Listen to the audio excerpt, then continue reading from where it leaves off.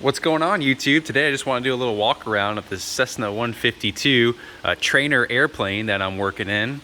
It is a 4-cylinder, so it sips gas at 6 gallons an hour, which is actually pretty good for a little trainer airplane because fuel prices right now is about $6 for 100 octane fuel.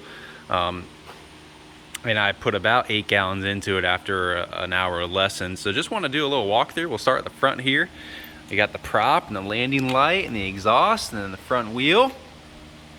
Moving over to the wing, we got the pitot valve right here. The stall horn intake right there.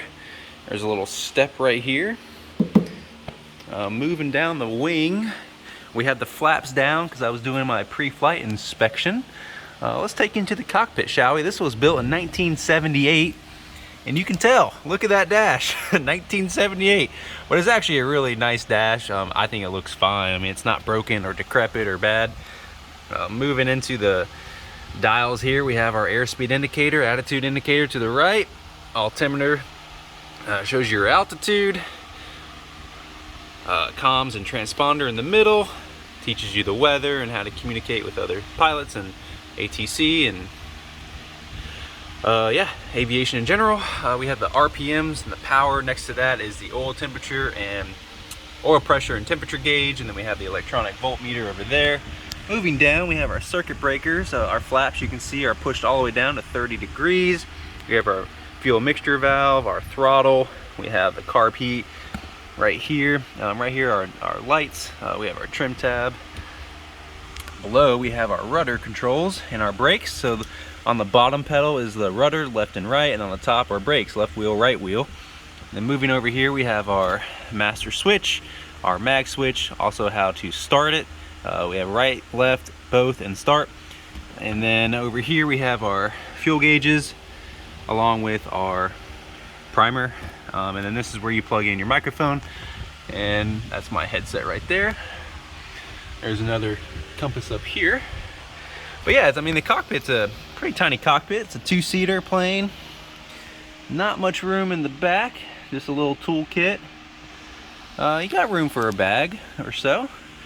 It says 120 pounds maximum. And or auxiliary seat passenger. So yeah, not a lot of weight can be in this plane, but that's all right. It's a trainer. It's not meant for going across the country or going to take trips. It's meant for training pilots how to fly. Looking down the tail, here's the tail number. So you don't ever say the N when you're reporting to air traffic control or to common traffic air frequency. So you would say, you know, we're at the Quincy airport. You said Quincy traffic, Cessna 714 Victor Golf, which is so fun to say. I love that, Victor Golf. But yeah, going back to the back of the plane, we have the elevator, which goes up and down. That adjusts your pitch, along with power, as I am learning. And then we have our rudder right here.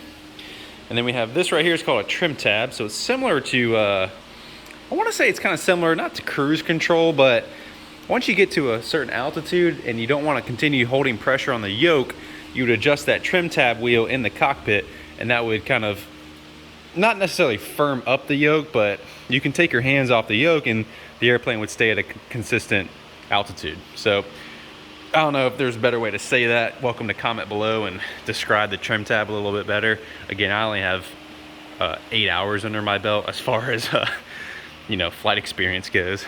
This is the aileron. This is the right aileron. This goes up and down. I want to be careful not to pinch your fingers between the flaps and the aileron. But yeah, oh, and this is my flight instructor. Nate, say hi, buddy. He's a good flight instructor. He's got about 950 hours, and he's done a great job so far. All right, guys, take care.